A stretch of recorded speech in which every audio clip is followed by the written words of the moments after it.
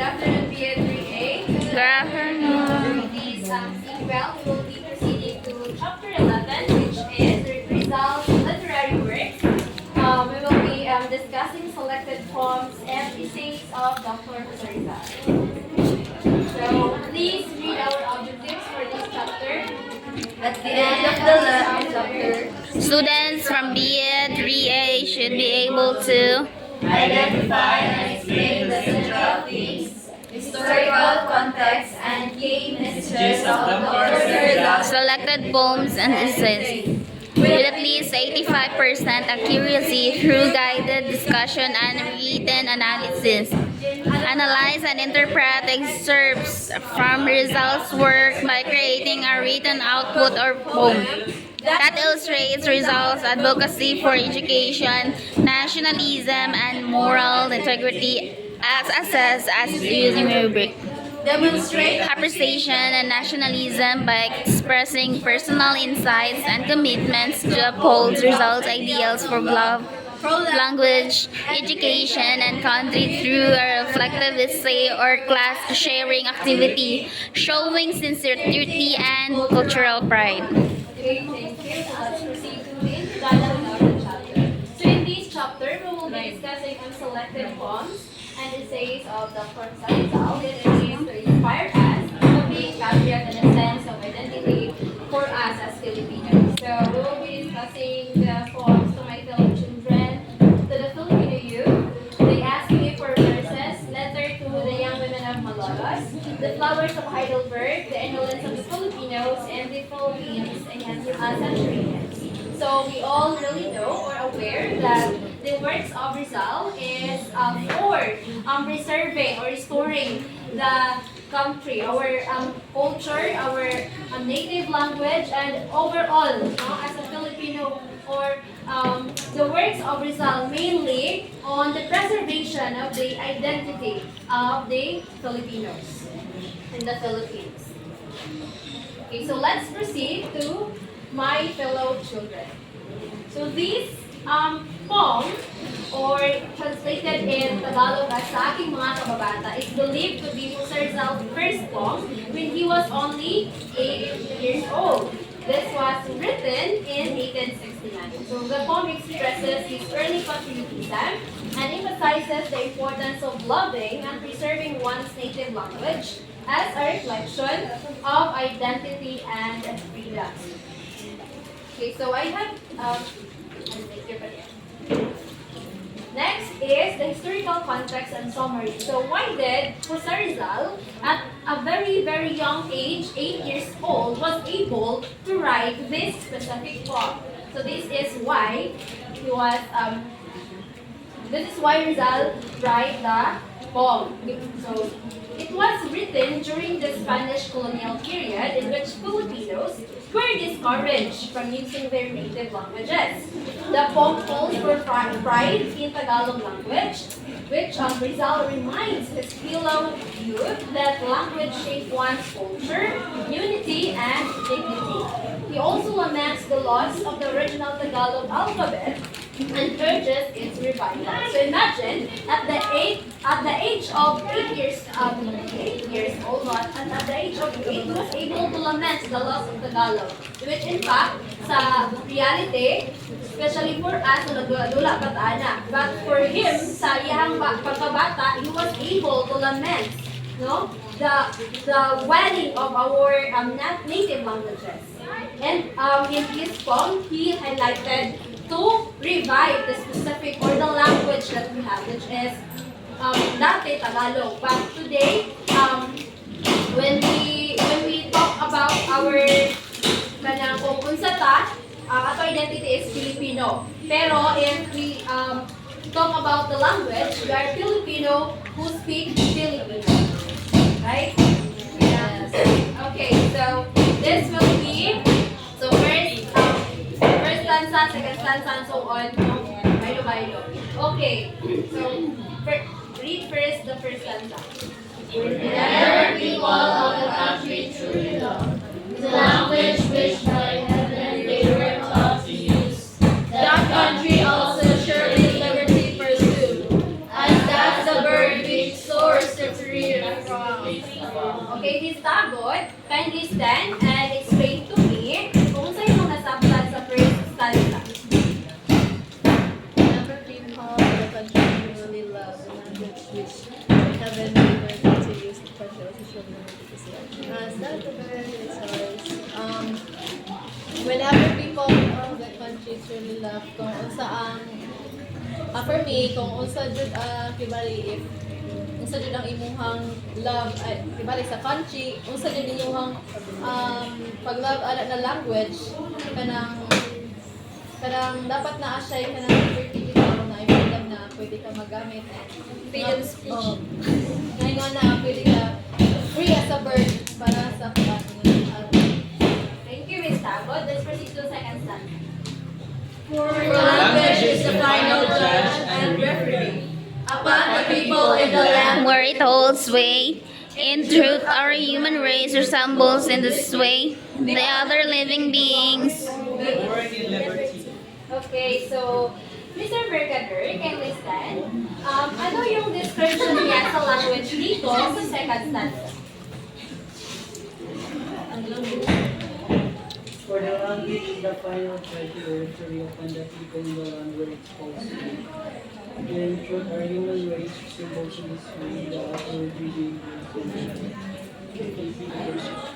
How language is being described in this specific stanza? For me, language is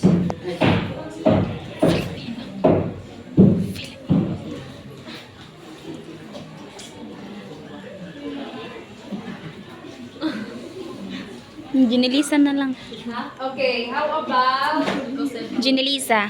Miss Alcoseba?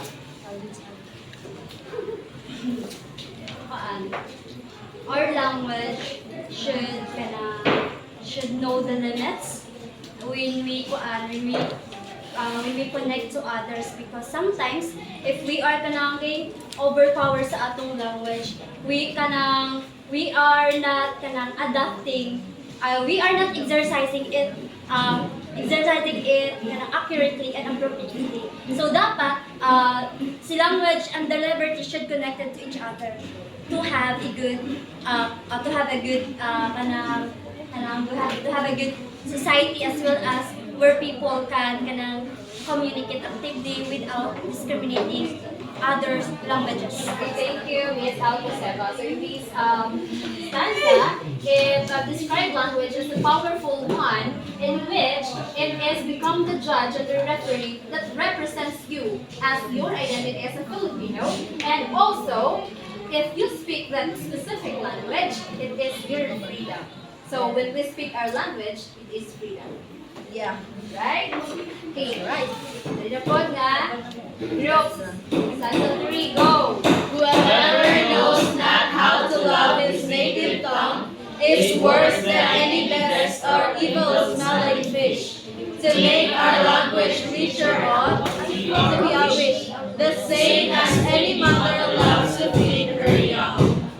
Okay, Miss Bautista, how can you interpret the third stanza? Magmahal sa liling wika.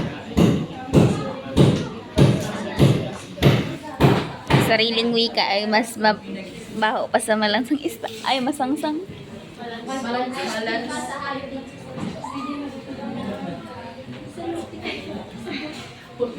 Mabaho pa tong board dito.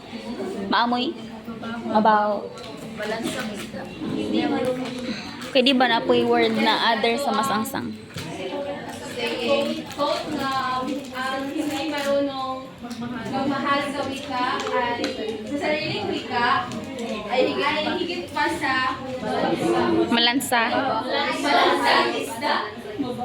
So, that quote, kaning may kona na is, as a Filipino, so we should kani gani sa wika kung usay na sa atoa, we should Love. love and we should love and kaning mas i-use pa nato as a kuan kay since Filipino man ta, so we should kuan pa na use pa in Kuan. Everywhere. Thank you, Miss Bautista. How about the fourth stanza, please? Tagalog and Latin language Are the same, and English and Castilian and the angels sung. And God, whose watchful care o'er all this long, has given us His His blessing in speech we come. Okay, Miss Banay, can you stand and proceed to your interpretation of the stanza?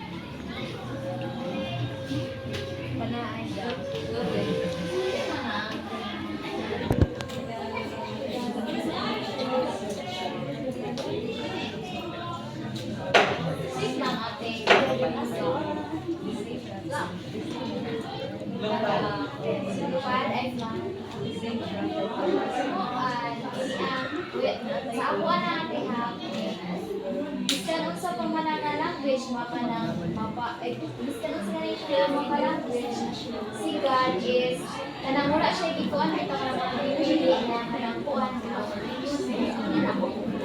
Yes. So, thank you, Miss Banaay. So, dito, sa fourth stanza, it refers or it emphasizes that the language, such as Tagalog and Latin are the same. So, kinumpara niya dito. In which, kung Latin ka, mag-storya kag Latin. Kung Filipino ka, mag-storya kag Filipino or Tagalog.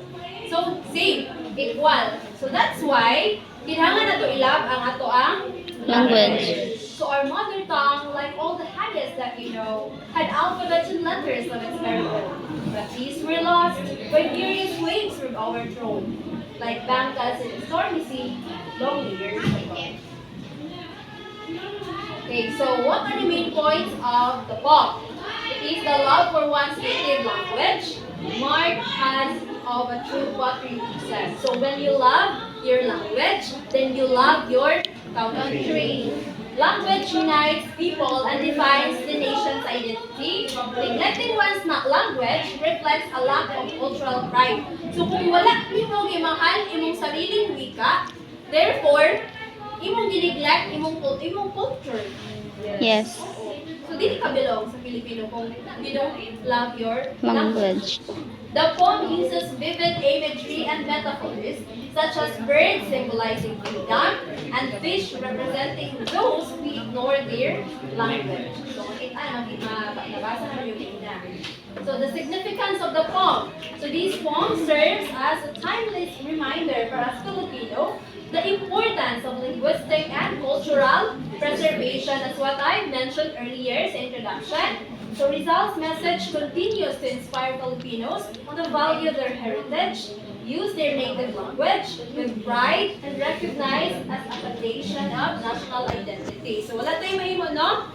Kung ang atong istorya is Filipino, therefore we are Filipino. So that's why the language is recognized as foundation of our national identity. Alangan naman mag-istorya tag ay Filipino ta, pero itong istoryahan Latin. Diba?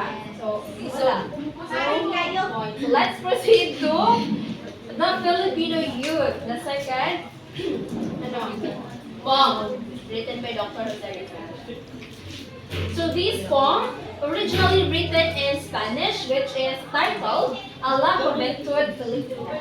It is a renowned poem written by our national hero in 1879 when he was just 18 years old and when he was also a student of the University of Santo Tomas.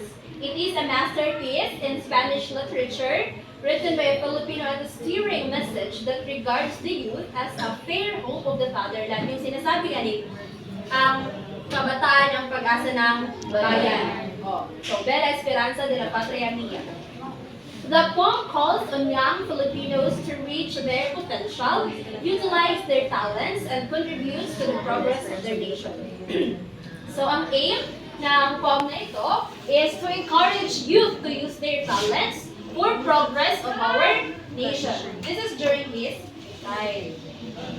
Okay, so, bakit niya isinulat ito? So, the poem was written during the Spanish colonial period, a time of oppression, an intellectual suppression. Nakalungtong mo sa El Filibusterismo na magtukod ka na si Simon sa iyang kuan, Eskwelahan. eskwelahan. But Nag-hiding? Control. Again, sa yaha. So, dili connected. Somewhat connected siya, no? So, he write this because of the oppression and intellectual suppression in the Philippines, where cultural and literary life was subject to strict censorship. In this environment, the Liceo Artístico Literario de Manila, or the Artistic Literary Lyceum of the Manila, organized a literary competition in 1879, in which kaning iyang gisulat nga poem is one first prize, a feather-shaped silver pen in the latter category. Okay. So, there na po ang first stanza.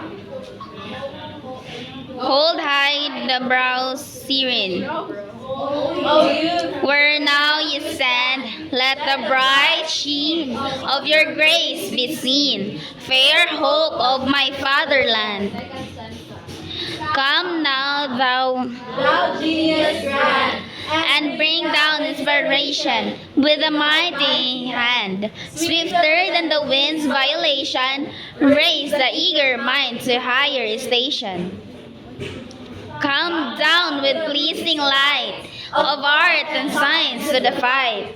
O youth, and dared and tie the change and the heavy lie. Your spirit free to blight. See how in flaming zone, amid the shadows roam, the Spaniard's holy hand, a crown's resplendent bland, proffers to the Indian land. Thou who now wouldst rise on wings of rich emprise, seeking from Olympian skies songs of sweetest strain, softer embroidered. Thou whose divine rivals Philomel's refrain, and with varied line, through the benign, free is mortality. Everybody say though. Though, Though. though, Next. Though thy heart strife, though, thy mind to die, tuloy. and the memory bright of thy genius light, makest immortal in its strength, Though man. and thou art in essence clear of thought it is there, for by the brush magic art, Take us from nature's source apart, to fig it in simple canvas length. Go forth and then the sacred fire of thine the laurel may inspire, to spread around the fame, and in victory acclaim through wider spheres the human name. Day, oh happy day, fair Filipinas for thy land. So bless the power today that places in thy way this favor and this fortune grand. Okay. So the victory was historically significant as it was the first time a Filipino's great poem, kagaya na mention na daog nga poem, was recognized by Spanish literary authorities. And it boldly expressed a nationalist concept that Filipinos, not the colonizers, were the hope of the motherland. No? The poem itself is a call to action, urging the youth to break free from the chains of ignorance and use their intellect and skills to uplift their country. So this poem is very important in the history since gi-oppress man ta sa education nato during this time. So ang hitabo, gusto niya nga mawala ang kaignorante sa mga batan-on nga Filipinos. And that's why iyang gi-urge ang mga Filipino nga gamitan ninyo inyong mga kahibalo, no? Gamitan ninyo inyong talent. No, dili lang kay di ba sa uban nga mga heroes kay they use their blood, no, to fight. Yes. Sila, they use their mind. So mura gani gi-urge niya nga parehas mo sa ako kay si Jose Rizal is iba writer. Yes. Oo. So the main points of the poem: empowerment of the youth, of course, because this poem addresses the youth as the fair hope of the fatherland. and encourages them to lift their heads high and showcase their abundant talents without fear. So, like I said kanina, importance of education and knowledge. The poem stresses the value of education in arts and sciences as a means to free oneself from ignorance and overcome oppression. Knowledge and noble thoughts are presented as powerful tools for national advancement. So makita nung yung gihapon nato na atong karon, no? That the knowledge and education is very important for the national advancement. Then the cultivation of talents, which Rizal urges the youth to refine and nurture their abilities in poetry, music, painting, and other disciplines, comparing their potential to a magic brush. Nakita na ba yung ang magic brush? Yes. O, di ba? Murag dito nga, that can capture the varied charm of nature. The next one is nationalism and service. This poem has a strong testament to Rizal's nationalism, as he refers to the Philippines as his fatherland, and calls on the youth to use their skills not just for personal success, but for the praise and success of the nation. So, ibig sabihin, hindi tayo magiging selfish. Bright ka, pero selfish ka, wala kayo pulo sa imong nasod. Ano? Pero bright ka, nga imo siyang gigamit for the progress of your nation. Therefore, you are being nationalist or patriotic just like Jose Rizal. Breaking the chains of oppression. Through intellectual prowess and enlightened minds, the youth can break forthright the links of the heavy chain. Examining the links of the heavy chain. Customs oppression and oppression nga nakita po, and become active citizens in the pursuit of freedom and human dignity. Okay, so key messages in the poem, balik-balik naman eh. The youth are the nations of the hope. Nabasa na to sa itong stanza. Third stanza. Next, pursue in arts and sciences, na-mention ako kanina. Break free from oppression, yes. Achieve greatness for the country and seek inspiration from all the sources. Which Rizal tells the youth to draw inspiration from the world around them. No? Pero i-widen mo yung mind ba, including nature and achievements of the great artists. Okay, so muna ni siya. Now, wala tayong mag-ipa-explain because there are interpretation. So, first and second stanza, it urges that youth must have self-confidence, then hope of the nation, and ask the Filipino youth to raise their standards and aim high. Dili makontento nga gina-oppress ra ka, ginadaog-daog ra ka. No? Third and fourth stanza, humble yourselves. No? Maski gidaog-daog ka, you humble yourselves. Fight with knowledge. Free yourself from deception. Kanang ayong pailan.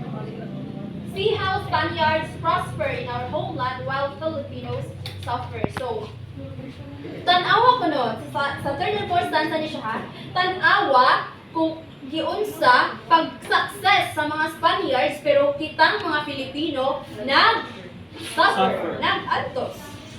So, dapat, kaya tuwa man nila, so dili kitang mag-antos, dapat sila. But, nabalik. Diba? So, sila mo'y nag-command, sila mo'y nag-oppress sa tuwa. So, dapat kita ang mag-oppress sila, kaya dili sila taga-dire. Next, fifth and sixth stanza. Rise up and seek what your heart desires.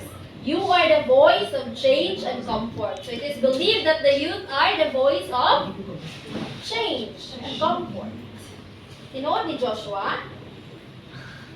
Yes, ma'am. 7 and 8 stanza. You give hope and life. Your intelligence is eternal, pertains to the Filipino youth who create and contribute. So dili murag ipakita nga ang youth is given nga hope and life siya and that our intelligence is eternal. Why? Anong eternal atong intelligence? So who can give me idea? How about Miss Bayawa? Anong gitawag nga ang ato ang intellect or intelligence is eternal. Walay makakuha sa atong knowledge. Yes, walay mukawat sa atong knowledge. Kita naman nakabalo kung sa atong nahibalan. Gawas kung isulti mo sa uban. Pero lahi ra gyud pag imuha ra gyud ko galingon ang nakabalo, no? Hangtod di na siya mawala. Kung mamatay na lang ka, way nakabalo sa imuhang nahibalan. As long as wala lang din mo gipabalo ang uban. Okay. So 9th and 10th stanza. Go and spread the world, have great Filipinos. Thank your country for nurturing you. So mo ni siya ang sa 9th and 10th stanza. So what are the significance of the poem? Pioneering nationalist sentiment. So when you read the poem, you are being a nationalist sentiment. Ibig sabihin, you are able to speak publicly about your identity as Filipino, and you're able to argue or to fight with knowledge that is ikaw nga victim ka sa oppression or suppression. So it was the first literary work in Spanish written by a Filipino that overtly expressed a nationalistic ideology, asserting the capabilities of Filipinos and identifying them as the key agents for nation building. The second one is inspiration for future generations. So the poem's message has a timeless quality that continues to inspire young Filipinos to be agents of change, and to take responsibility for their country's future. So, karon nga panahon, can you say that youth are the agent of the change? Take charge ba sila sa future? While you are observing what is happening to the youth right now, dili kita ha. How about the other youth? So sa atong mga kaugalingon, do we have the hope that as a youth, we are the agent of change? We are ang pag-asa sa future. Can we? Yes? Are you sure? Okay, so dapat yes.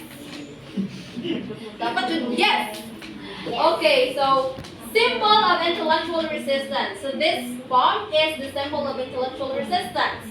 In a period of colonial censorship, the poem presented a bold, peaceful form of resistance through intellectual and artistic expression, showcasing the Ilustrados' belief in education as a path to liberation. Kaya diba, kani siya nga poem, kaya nahimo siya nga ang mga contenders or contestants is only born, kanang Spaniard-born citizens o Filipino-born citizens, pero mga basta sila na belong sa Ilustrados or katong mga higher ranks na Pilipino. Mo lang na siya ang dapat makapila ng contest. And that's why iyang gikwento nga intellectual resistance. Tungod kay bisan unsa behind that oppression nga himo gihapon ni siya nga poem, nakadaog gihapon na siya nga poem. That's why it is resistant, no? Next is challenging the status quo. The fact that the poem won first prize in a Spanish judge contest, no? Spanish ang nag-judge, pero Filipino ang lidaog. Imagine, despite its underlying nationalist theme, highlighted the extraordinary talent of Ge-Rizal and implicitly challenged the colonial powers' notions of Filipino inferiority. Next, emphasis on the self-reliance. It instilled a sense of pride and self-worth among Filipinos, reminding them that they had the potential and the obligation to create a better future for themselves and their communities. So, sa man di ay ang purpose nato as a youth, di ba? So, dilihan niya ipakita. Dili lang basta-basta ang youth, but also what is youth? Gani, ikaw lang. Kaya wala ko kailan sa mga pinito.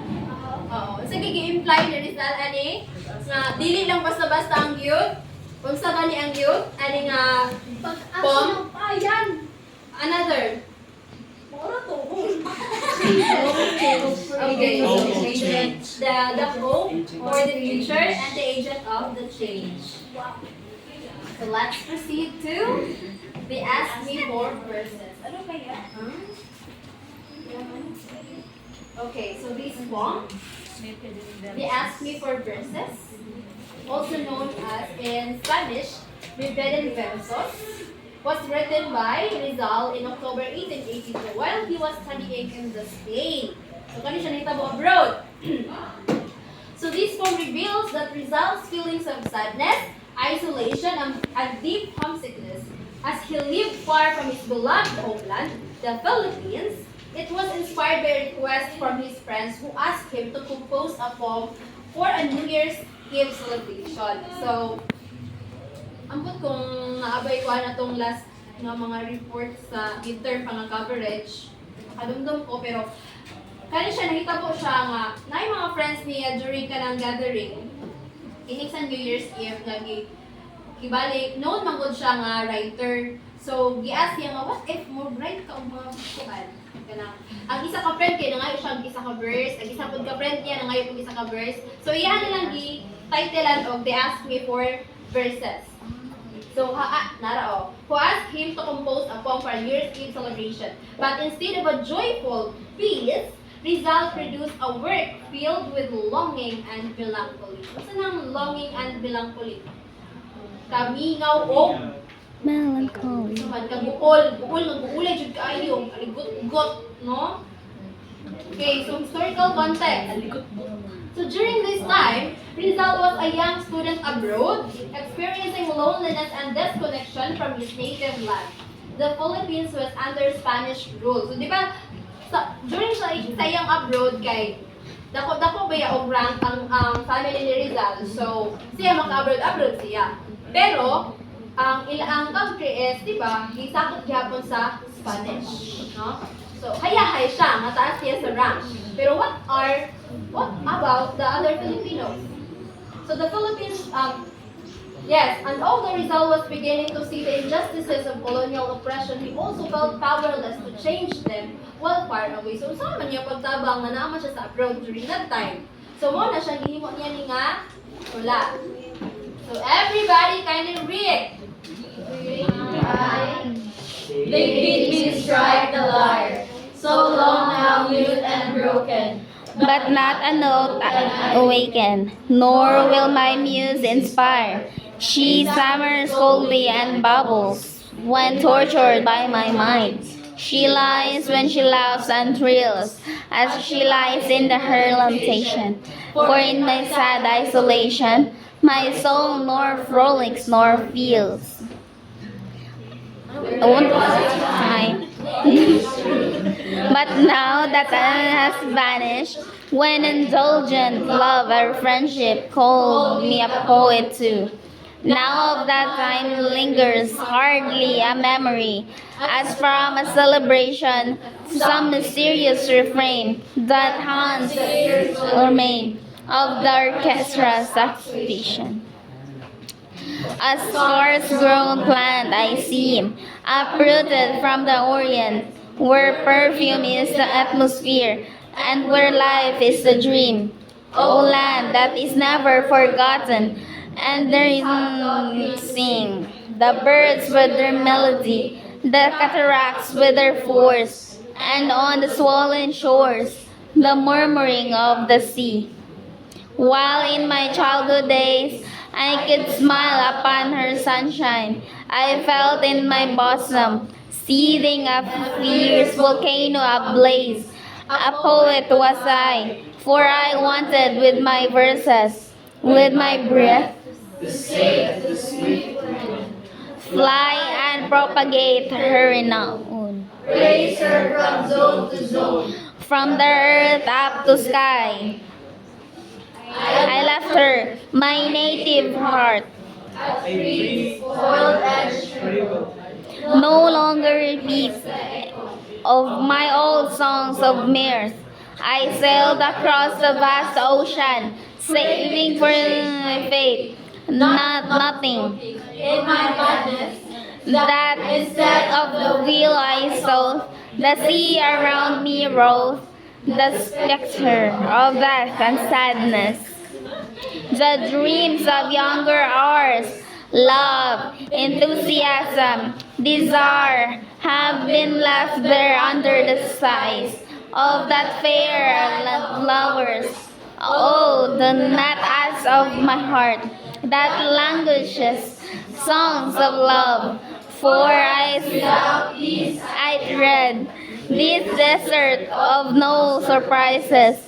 I feel that my soul agonizes and that my spirit is dead.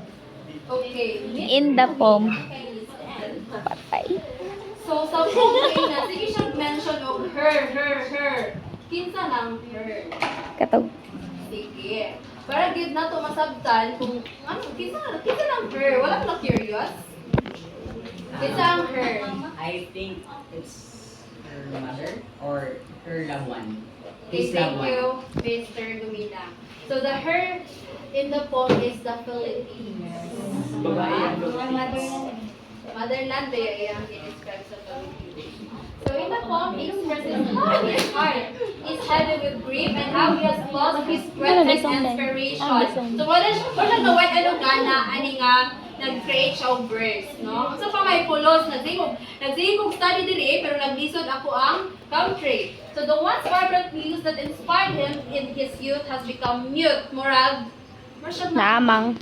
no? Na siya knowledge pero mo siya naamang.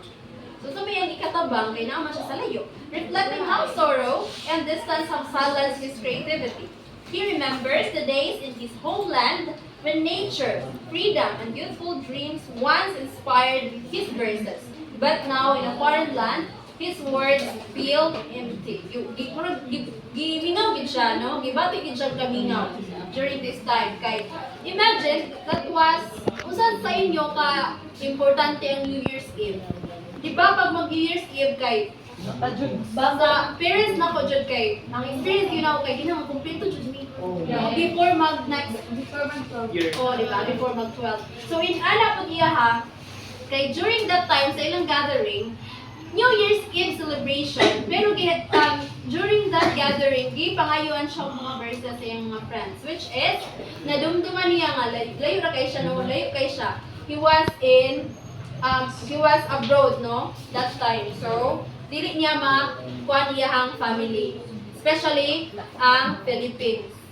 Kaya wala siya dito during that time. So, what are the main points of the story? Homesickness and isolation. Rizal expresses his deep sadness and longing for his homeland, showing how distance brings emotional suffering. So, dili day effective yun mo ang LDR. No? Gusto siya, mag-suffer din ka. Next is, God of inspiration. He laments that his poetic gift has faded. His lyre produces no music, no? Symbolizing how sorrow has dulled his creativity. Medyo na mas iyang ka-creator that time. Next, nostalgia for youth and dreams. He recalls his early life in the Philippines when he was full of hope and could easily sing of beauty and freedom. So dali na kayo siya makahuna-una itong mag-create of different mga works while he was in the Philippines. But in abroad, puno lang siya og isolation, puno lang siya og lamentations, puno lang siya og melancholy and sadness. Personal and political struggle. So the poem reflects both his internal pain and external oppression of his people under Spanish colonization. So mo tong ningon kagay na nga daw na sa abroad wala siya nalipay, no? Kanang wala pa siya nalipay kay iyang country nag-struggle politically and nag-suffer pag yun. Next, the metaphor of an uprooted plant. Nga naman, no? Mura na siya o giputol nga kahoy nga ang ikaw naputol na ang kuan, ang stem, pero ang ugat na pa nabilin. No? So wala gihapoy pulos. Next, sacrifice for a cause. Despite the personal sadness, the poem subtly conveys Rizal's sense of purpose to endure his suffering for the greater cause of his country's freedom. Kung saan yung purpose, galing anong ni-abroad siya? Ay, mag-eskwela siya doctor because he wanted also to pursue doctor para naman siya matabangan pag ulit niya sa Pilipinas. So, the significance of the poem, everybody, can you read? They asked me for verses. Holds great emotional and historical value as it shows Rizal's humanity and vulnerability behind his patriotic ideals.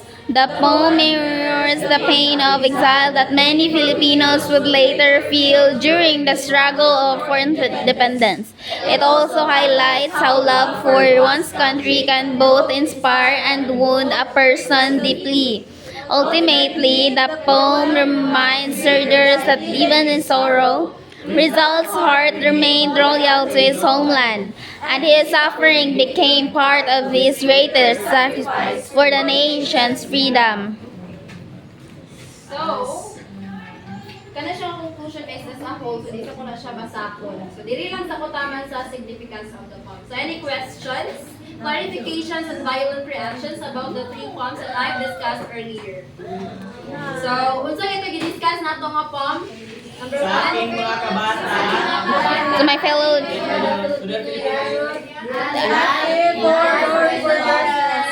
Okay, the asking for mercy. So, thank you for your participation.